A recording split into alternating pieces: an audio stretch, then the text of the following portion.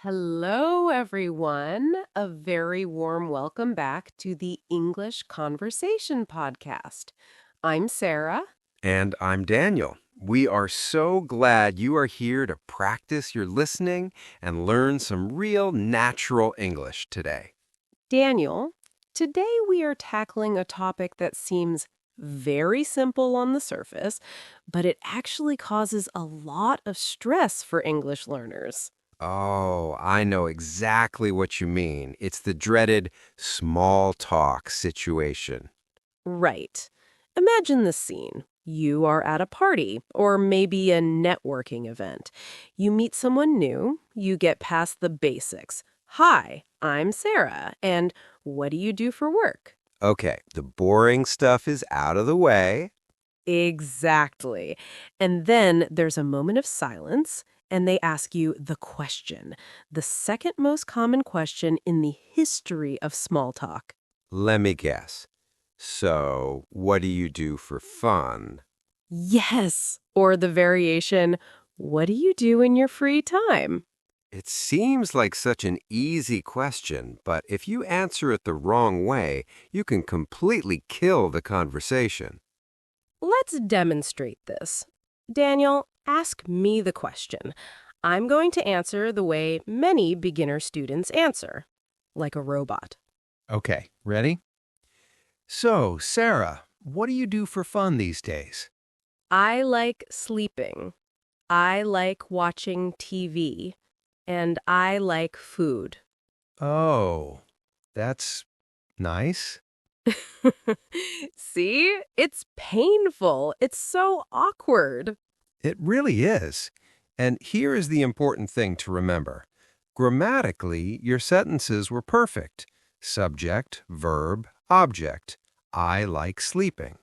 But socially, it was a disaster. We call this kind of answer a conversation killer. Exactly. You gave me absolutely nowhere to go. I can't really ask an interesting follow-up question to I like sleeping. It makes you sound boring, even though I know you aren't boring. Thank you. The problem is that when people get nervous in a second language, they start sounding like they are just reading a grocery list. Reading, cinema, sports. Right. So today, we're going to fix that. The goal of this episode isn't just to teach you a list of nouns for hobbies like stamp collecting or bird watching. Ugh, boring. Exactly. Today is about teaching you the vocabulary of enthusiasm and connection. We want to give you the tools to sound interesting so the other person actually wants to keep talking to you. We want to help you move from just listing what you do to describing your passions. To do that, we have broken today's episode down into 4 main parts. First, we are going to upgrade your verbs. We need to stop saying I like for absolutely everything. Second, we'll talk about active hobbies, sports, and outdoors, and cover a major grammar trap students fall into there. Third, we'll cover the chill hobbies, relaxing at home with Netflix or a book. And finally, the most important part, the secret sauce, the one simple trick to ensure you never sound boring again when answering this question. It's going to be a packed episode. Okay, let's dive into part 1. The biggest crime committed in small talk is overusing the verb to like. It's true. Going back to your robotic answer earlier, I like sleeping. I like TV. It's just so flat. Exactly. I like to call I like the vanilla ice cream verb. That's a perfect description. There is nothing wrong with vanilla ice cream. It does the job, but it's boring. If you want to sound interesting, you need to offer some different flavors. You need a little bit of pizzazz. Pizzazz. Great word. It means energy or sparkle. So how do we add sparkle to our hobbies? We need to grade our enthusiasm. Let's start with medium enthusiasm. These are things you enjoy doing, but they aren't necessarily your whole life. Right. Instead of saying, I like tennis, a very natural, slightly casual phrase native speakers use constantly is, I'm quite into something.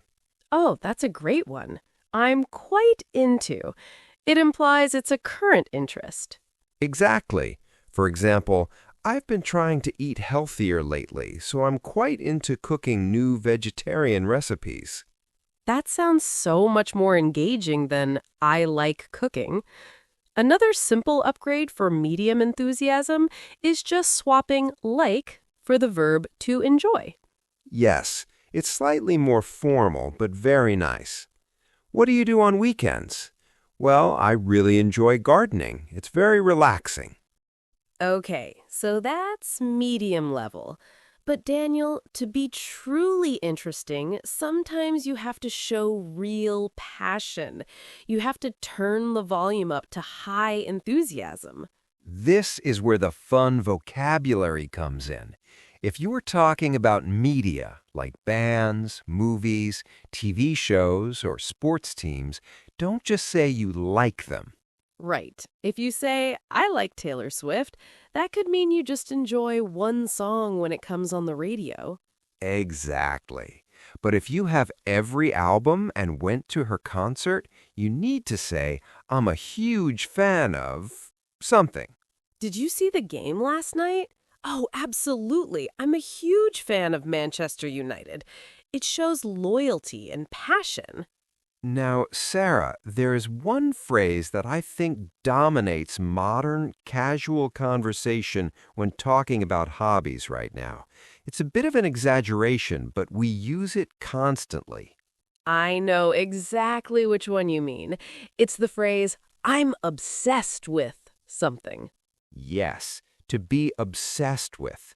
Literally, it means you can't stop thinking about something, which sounds unhealthy. Right. Medically, it's probably bad. But socially, it just means you really, really love something right now. It's a current passion. Daniel, what are you obsessed with at the moment? Okay, don't judge me. Right now, I am absolutely obsessed with true crime podcasts. Oh, no, really? Yes, I listen to them every time I'm in the car, while I'm doing the dishes. I just can't get enough of them. I need to know who did the crime. See, listeners, that is an interesting answer. If he just said, I like podcasts, I would say, okay. But because he said he's obsessed with them and listens everywhere, now I want to ask him more questions. Exactly. It invites conversation. And finally, for high enthusiasm, if you have a hobby that is deeper, maybe something creative or volunteer work, you can use the noun passion. Right. Photography isn't just something I do on weekends, it's my passion. That tells the listener this is a very important part of your identity. So, we've moved from vanilla I like to interesting I'm into, all the way to passionate I'm obsessed with. But Sarah, those are just feelings. We also need to talk about actions. What are we actually physically doing? That brings us to part two, active hobbies, and a major grammar trap that students fall into. All right, let's get moving. We are transitioning from how much we like things to what we are actually physically doing. Yes, this is for all the active people out there. The sports fans, the hikers, the gym goers. Now, Daniel, when students try to talk about exercise or sports in English, they almost always hit a massive grammar wall. Oh, yeah, I hear this mistake in almost every single beginner or intermediate class. It's the classic confusion between the verbs go, play, and do. It is so confusing. Students will say things like, I like to play swimming on weekends, or I go yoga every Tuesday. Oof, yeah, those sound very unnatural to a native speaker. Play swimming just sounds wrong. But it's hard because in many other languages, you just use one verb for all sports. So, can you give us the general rule of thumb for English? How do we know which verb to use? Okay, there are always exceptions in English, but here's the general rule that works 95% of the time. Let's start with play. Okay, when do we play a sport? We use play for competitive games, usually involving a ball or another object like a puck or a disc, and often involving teams. Okay, so team, competition, ball. Right. So you play soccer, you play basketball, you play tennis, you play golf. Got it. Okay, what about the second verb, go? Go is usually used with activities that end in ing. And, crucially, these are activities where you physically move from one place to another. Ah, interesting. Movement and ing. Exactly. So you are moving through the water, so you go swimming. You move up a mountain, so you go hiking. You move along the road, so you go running or go cycling. That makes sense. You wouldn't say, I play running, because it's not a game with a ball. And you wouldn't say, I do running, because, well, I guess you could. But go running sounds much more natural because of the movement. Exactly. And finally, that leaves us with do. The leftover verb. Pretty much. We use do for recreational activities or sports that are not team games, don't involve a ball, and are often done in one stationary spot. Like inside a studio or a gym. Right. So you stay on your mat, so you do yoga. You stay in the dojo, so you do judo or do karate. And general exercise too, right? You don't play exercise. No, you do exercise or you do aerobics. And interestingly, you also do puzzles like crosswords or Sudoku. Okay, that is a super helpful rule. Play for ball games, go for moving ing activities, and do for stationary exercises.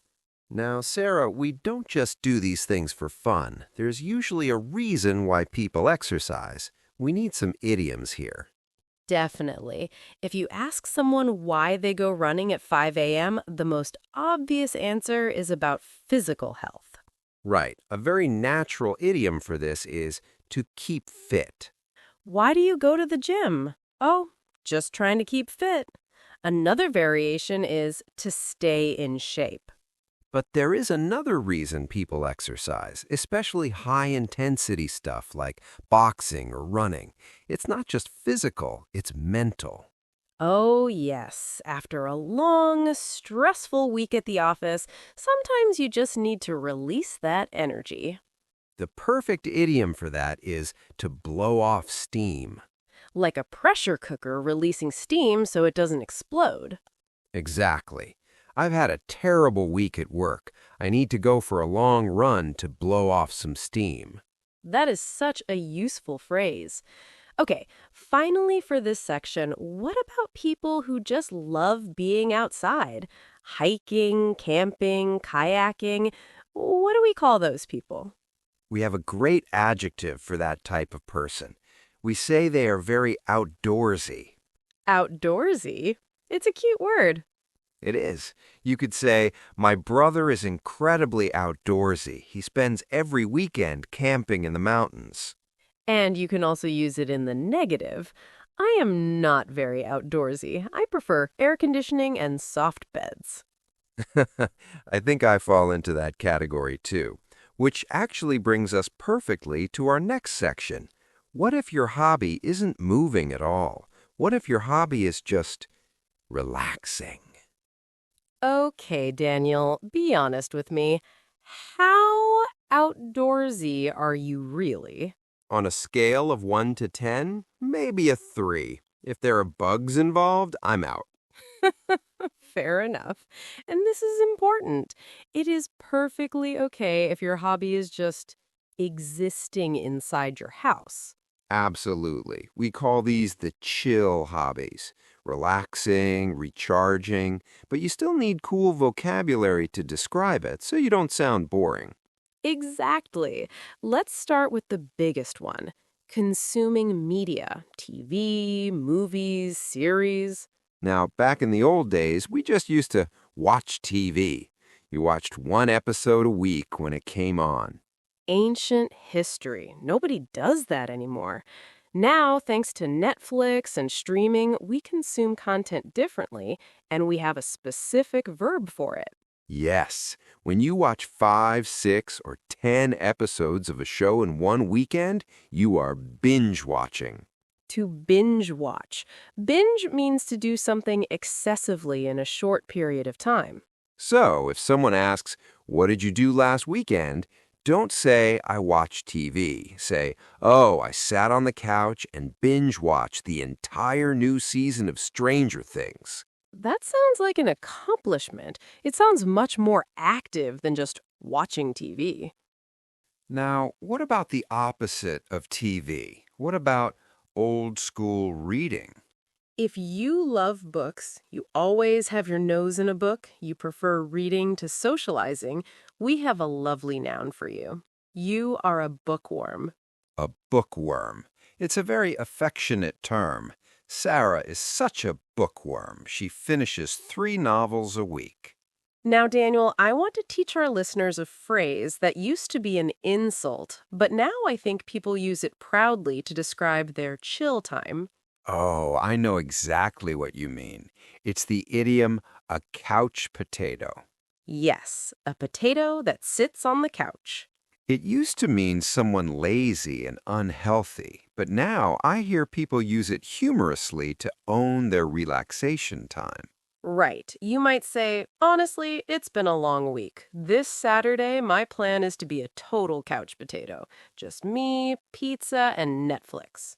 It's a great way to be honest about being lazy without sounding depressing. Okay, so we have binge watching and being couch potatoes. But what if your indoor hobby is constructive, like cooking, baking, or building things? A lot of people are into DIY these days. DIY, do it yourself, fixing things around the house or building furniture. And cooking and baking are huge right now. If you want to express that you enjoy trying new things in the kitchen, there is a nice phrase, to try your hand at something. Oh, that's a good one. It means to attempt something new to see if you are good at it. I'm not a professional chef, but I like trying my hand at baking sourdough bread on weekends. It sounds very humble, but interesting. It shows you are curious. So we have covered enthusiastic verbs, active outdoor hobbies, and chill indoor hobbies. We have all the ingredients. But Daniel, even if you use all of these amazing words, binge watch, outdoorsy, obsessed with, you can still fail the small talk test. You absolutely can. You can have great vocabulary and still sound boring Why is that? because of how you use the words. In the final section of today's episode, we're going to give you the secret sauce, the one rule you must follow to make sure your conversation actually flows. Okay, Daniel, we have equipped our listeners with amazing vocabulary. They know the difference between doing yoga and going hiking. They know how to binge watch and blow off steam. They have all the ingredients. But Sarah, here is the hard truth. You can know all of those words, and you can still fail the small talk test terribly. It's true. You can still sound boring even with good vocabulary. Why is that? Because a conversation is not an interrogation. You shouldn't just answer the question with a single fact and stop. Exactly. The biggest mistake students make is just giving the noun and then silence. Let's demonstrate the bad way first. Ask me about a hobby. Okay. So, Daniel, I heard you like hiking. Yes, I am very outdoorsy. Okay, great.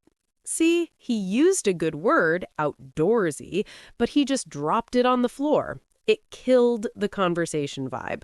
It puts all the pressure back on you to think of the next question. So here is the secret sauce, the golden rule of small talk about hobbies. Never just give the noun. Always add one detail. One detail, that's it. And the easiest way to add a detail is to answer the W questions. Why, when, or who? Tell me why you like it. Tell me when you do it, or tell me who you do it with. Let's try the role play again using the secret sauce. Hit me. So, Daniel, I heard you like hiking. Oh, yeah, I'm obsessed with hiking right now. I try to go every Sunday morning because it's the only way I can really blow off steam before the work week starts. Boom! That is infinitely better. I used good vocabulary, obsessed with, blow off steam, but I added the detail of when, Sunday morning, and why to relax for the week. And now, as your conversation partner, I have so many things I can ask.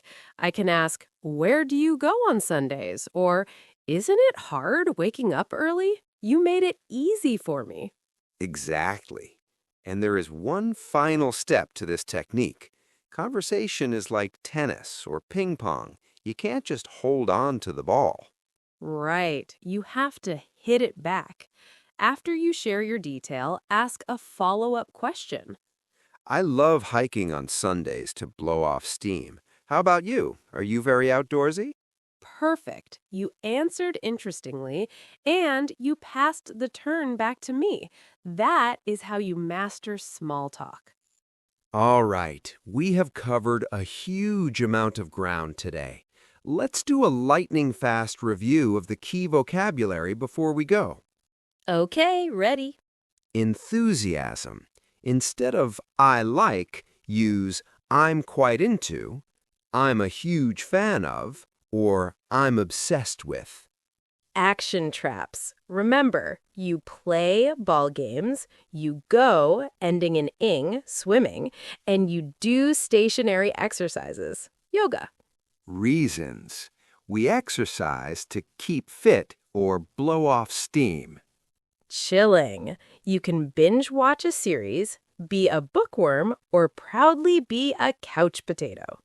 And the golden rule. Never just give the noun. Always add a detail. We hope you feel much more confident about that dreaded, what do you do for fun question now. We certainly do. Now, to close out the episode, we have a question of the day for the comments section. Yes, we don't want to hear about boring hobbies today. We want to know something interesting about you. Here is the question. What is a hobby or interest you have that is a little bit unusual, unique, or maybe even weird? Ooh, good question. Maybe you collect something strange, or you enjoy a very niche sport. Share it with us in the comments. If you enjoyed this episode and want to help us out, please subscribe to the English Conversation podcast and leave a review. It really helps other learners find us. Thanks for listening, everybody. Go out there and have some interesting conversations. Bye-bye.